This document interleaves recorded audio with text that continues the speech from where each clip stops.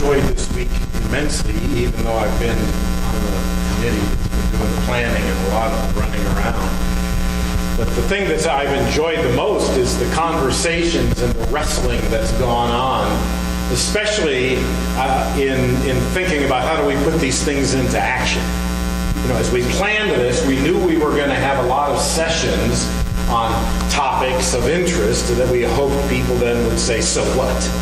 Then we get into the latter part of the week, and then we start getting into the now what conversations. One of my favorite quotes came from Kenya, came from Dowdy Strong's dad, who said this: when all is said and done, there's a lot more said than done. And I know all of us would love to say, okay, how are we going to put into practice, and what will we do with the things that we've talked about, the concepts that we've discussed, the culture and tradition concept, the Paul and the Timothy concept, the discernment process, these three major themes that we've talked about. Now what? What do we do? A number of years ago, I was introduced to some training that's put out by the Franklin Covey Company, the 7 Habits guys. And they were asking the question, why is it that in so many organizations, whether they're businesses, government, nonprofit, they struggle to deliver on their most highly important goals? Why is it that so often we don't see the results that we talk about, we actually live and work for? They commissioned a major survey to try to figure out if they could identify some common themes. And so they did. They surveyed 250,000 people in the nonprofit world, government, education, and in the corporate world, asking them what are the things that keep you from really fulfilling your highest dreams and ambitions as an organization. And as they compiled the results and studied them, there were 4 main themes that came out of that research. The first thing that they found was in most organizations, people do not know the top goals of the organization. In their research, and this is across business and nonprofit and government, only 12% of the people they surveyed could tell you what their organization's top goals were. 12%. The second thing that came out of their research was they discovered that if people knew the goals, they often weren't sure what they were supposed to do to reach those goals. They didn't have line of sight between what was on their calendar of to-do things for today and those top goals of the organization.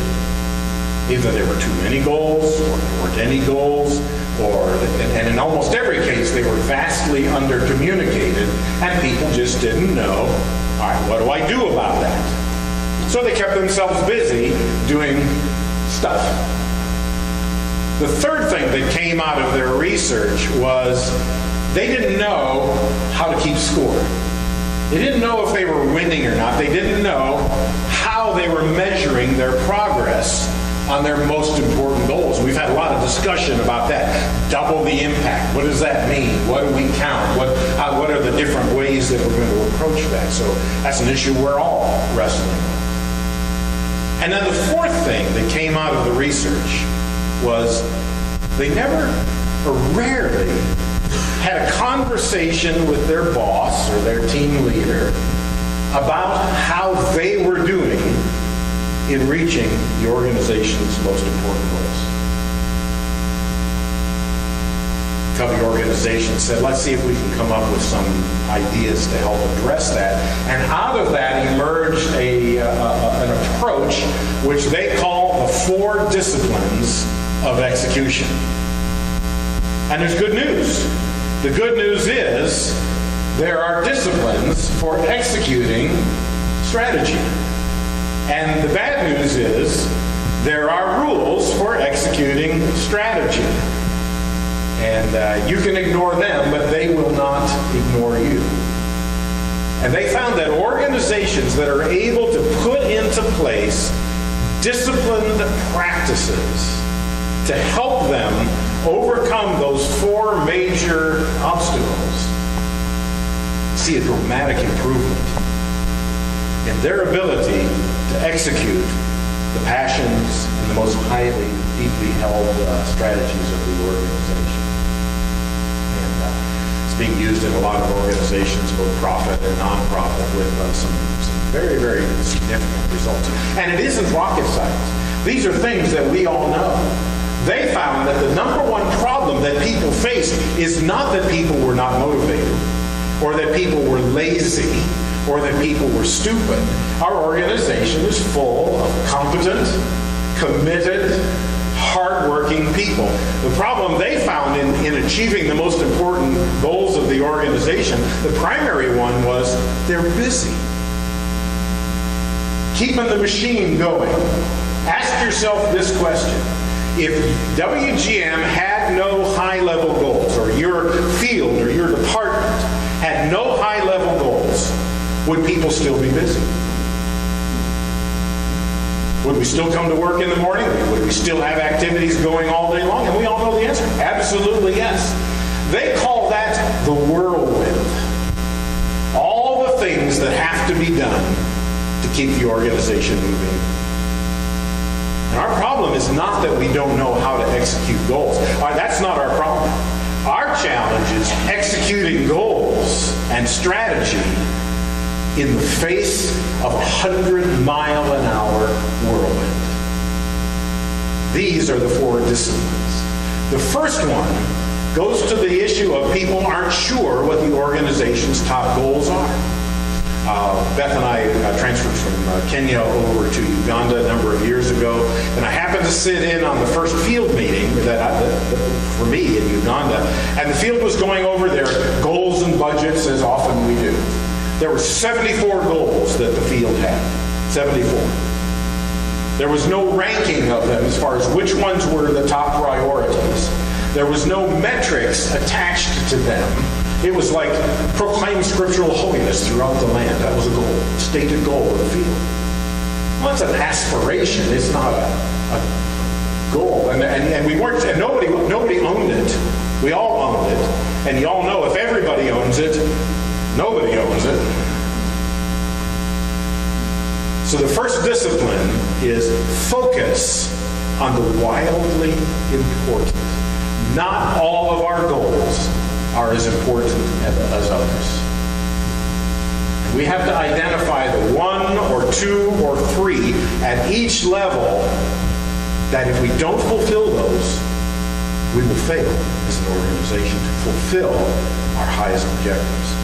Let's use as an example everybody's favorite, those of us that travel international, the TSA, Transport Safety Administration. Now they've got a lot of goals. I mean, they want their employees to be well paid, they want them to have flexible work hours, they want them to have high morale, they want them to have good equipment, they want them to be able to get people through the security queues fast enough that they're not late for their planes. TSA has a lot of goals, but they only have 2 goals that are wildly important, 2 goals that if they don't fulfill them, nothing else really matters. And those 2 goals are very simple. No bombs on airplanes, no terrorists on airplanes.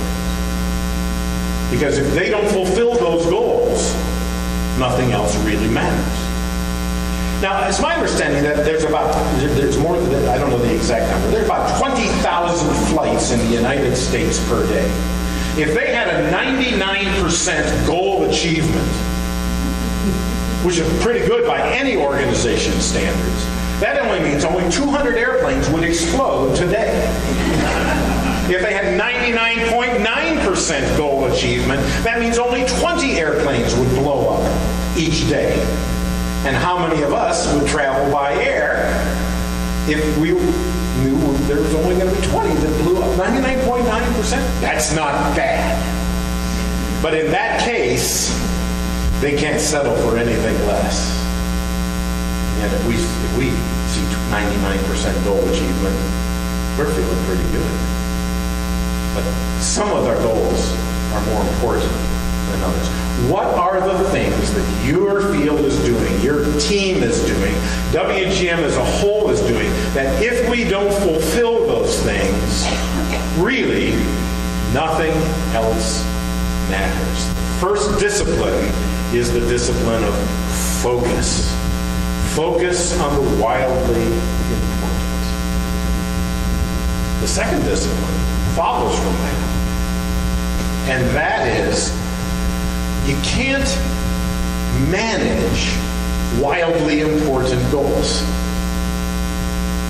Can't manage them. The TSA cannot manage how many airplanes land safely, because you don't know until the flight is over, and then it's too late to do anything about it, right?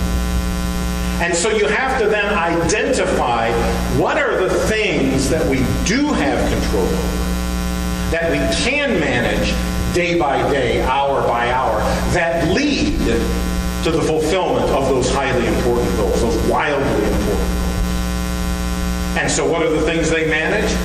How well the x-ray machines are doing, what percentage of the bags that go through with the check baggage they're able to spot check, and all of those kinds of things. They manage those things on an hour-by-hour, day-by-day basis.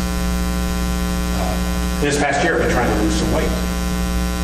And I cannot control my weight. My body is going to weigh what my body wants to weigh. But there are two things I have total control over that lead to weight loss. And what are they? Everybody knows this. How much I eat and how much I exercise. I have total control over those, I mean, for the most part, on a day-by-day basis. I never ate anything accidentally. This hasn't yet happened in my life. And exercise, I have, to a great extent, control over that.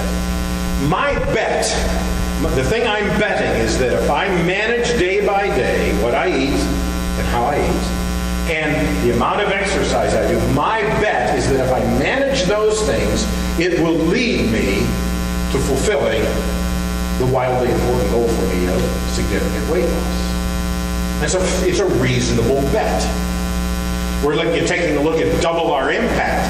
And one of the challenges we face both at the team level, the country level, the region level, is what are the things that we're going to manage on a day-by-day basis that will lead to the fulfillment of those wildly important goals. Paula has been my coach in CMS, and one of the things that we talk about is if you're in CMS, what is the thing that you have total control or almost total control over that will lead to being fully funded as a missionary? It's the amount of time I spend face-to-face or in significant communication with champions. And we were talking the other night, if somebody's making 3 phone calls a week and 1 or 2 face-to-faces a week and they're wondering why it's taking so long to get their funding, you look at what are the things, are you managing the leads? So we manage the leads, the lead measures that we believe lead to the wildly important goal. The third discipline, because remember I talked about how many organizations don't know if they're winning or not, don't know how to keep score? We create a compelling scoreboard. Compelling scoreboard. It's simple. It's designed by the people who use it, and it clearly shows if you're winning or if you're losing. My son-in-law is a huge baseball fan. He knows the statistics in baseball are amazing. Guy gets up to bat, I'm sitting there watching TV with him, he gets up to bat, and the guy says, this guy bats .381 against a left-handed pitcher who had breakfast with his wife that morning. And if he didn't have breakfast, the statistics are amazing. But when you go into a ballpark, the scoreboard is simple, isn't it? 3 things on it. What are the 3 things?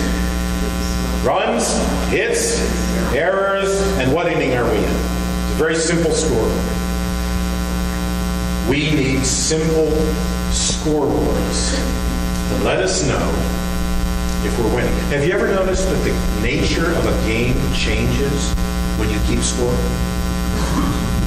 You watch some people playing basketball, and you can just, even if you're a distance away, you can tell if they're keeping score or not, or if they're just fooling around. Once the game starts, the intensity of the game changes when scorekeeping begins. They play better, they take more risks, they try, they experiment, they generally work together better as a team.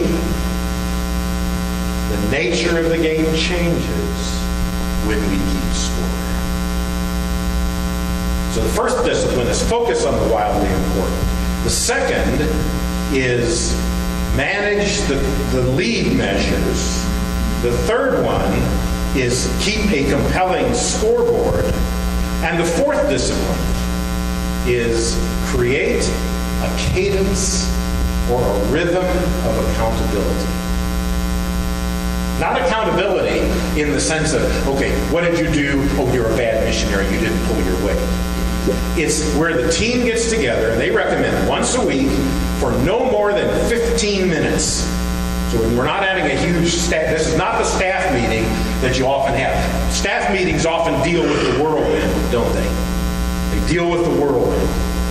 This is a meeting specifically to talk about the scoreboard and what activities I'm going to commit myself to do this week, 1 or 2 or 3 things that I believe I can do that will move the score.